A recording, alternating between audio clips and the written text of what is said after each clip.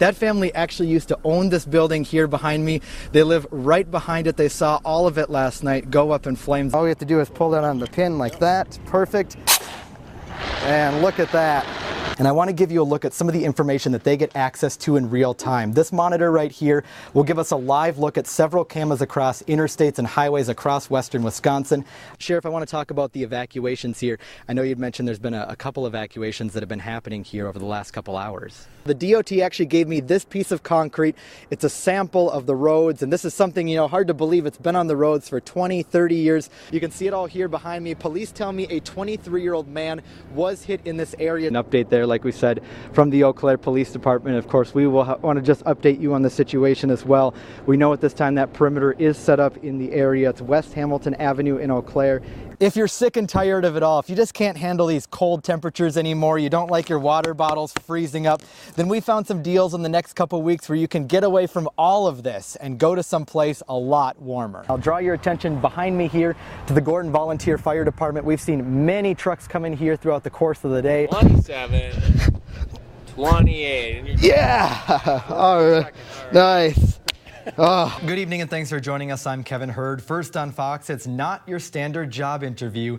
Eau Claire Police began the hiring process today, hoping to fill some open officer spots. Tonight, a sawmill in Clark County was destroyed following a major fire, and tonight it's being ruled accidental. Take a look at this viewer-submitted video. Crews say the fire started around 7:45 last night to the Milwaukee area tonight, where about 20 people were evacuated from a hotel last night and taken to the hospital. A sudden sickness came over some of the guests while swimming in the pool. Well, spring was finally in the air today, giving families a reason to get out of the house to find some fun. Many chose to do that today at the Excel Energy Kids Expo. Near a Texas man, too. I gotta say, I'm surprised to see, you know, Dallas and Austin cooler than us. Right. Yeah. You're not regretting your move up here? You're okay? I'm good with it. Yeah, absolutely. All right, sounds good, Drew. Thanks very much. And next in sports, the Brewers looking to sweep the defending champs in Boston, and the Badgers reflect their close game last night against Kentucky. You're watching the Fox 25 48 News at 9. On the World Wide Web, there's nothing that grabs attention like the unexpected. And so is the case with this dash cam vid showing a Wisconsin state trooper nearly hit and killed by a semi on a traffic stop. They always talk about having eyes in the back of your head, and or a sixth sense. Lieutenant Jeff Lorenz has been with the State Patrol for 30 years and is not shocked, only relieved the trooper in this video wasn't hurt or killed.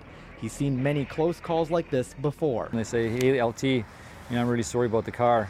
I said, man, I can get cars, I can't get you, another you. Wisconsin's move over law requires drivers to change lanes when emergency vehicles are on the side of the highway. While he says fatalities are down, there's still room for improvement. We're much better at this, but we're not that where we want to be. To get a sense of how powerful this video is, we stopped at this rest stop in Menominee to talk to people. Many of them just got off the interstate and will soon be getting right back on again. Frightening that people don't realize how close they are to other vehicles on the edge of the road and how easy it is to hit them. Seems like a pretty common sense thing to not sideswipe a police car. The video leaving a lasting impression. And that was something. And if it's this image that doesn't do that, perhaps this one will. A memorial to Trooper Debbie McMenamin, Lieutenant Lorenz's colleague, hit and killed by a car during a traffic stop in 1989. She went up to the vehicle to issue the warning, and on her way back she was struck and killed by a minivan. Even Lorenz himself says he's been hit 5 times while in his cruiser, proof that if not careful, your wheels can easily become a deadly weapon. We always enforce, being alert for weapons and guns and knives and all that kind of stuff. For us who patrol high-speed interstates or highways, for us it's really all about the traffic. Kevin Hurd, WEAU 13 News. Tests have confirmed heroin was in some of the dozens of plastic bags in the New York City apartment where Philip Seymour Hoffman was found dead yesterday. Tonight, WEAU's Kevin Hurd talks to health experts about what we can learn from this and how to have a conversation about drug abuse. He's here with the story. Kevin? Yeah, Chris and Nikki, health experts call this tragedy a teaching moment. They tell me heroin is a growing problem here in western Wisconsin, and this illustrates the danger of what can happen when someone is addicted.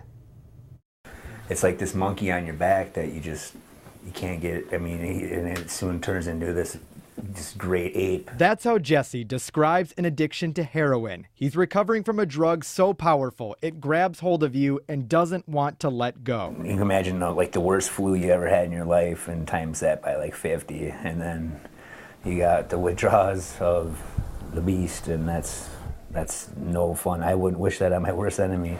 It cost Jesse his house and more, an expense that kept adding up. Finally, he'd had enough and sought treatment 3 weeks ago.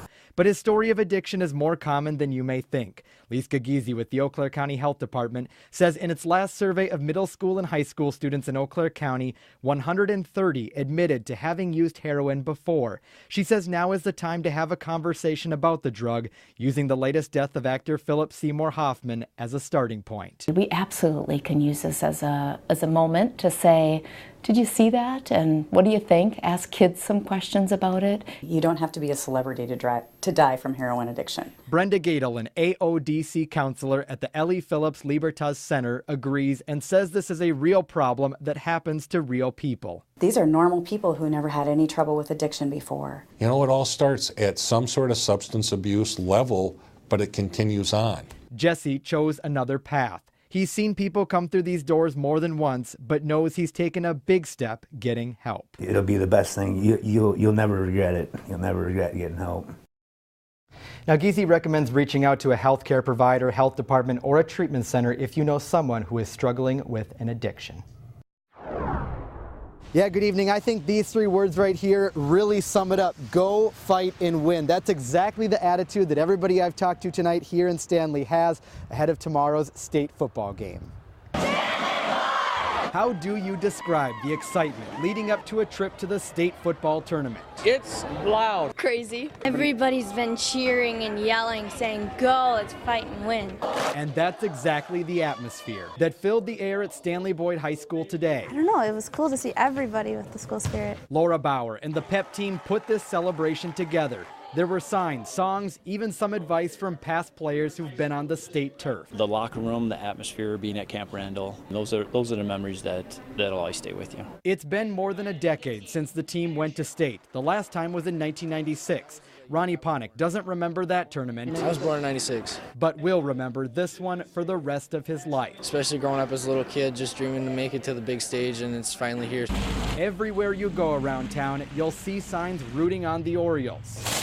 Even at the grocery store, everyone's been talking about the big day. People are very happy about us going. It's been a while. Russ Judnick's son played in the championship game back in 1991. They did a great job. I just hope they can do it again tomorrow. Out on the practice field, the team is spending one last night under the lights, prepping for the big day. We're excited for this opportunity. The guys are really focused on what they have to do tomorrow and hopefully come out and play our best football. Standing tall, knowing their town is behind them. Community coming together is really a big deal to us. I mean, it means a whole lot to us because they're really rooting for us on the other end as well as us, so we're doing it for them too.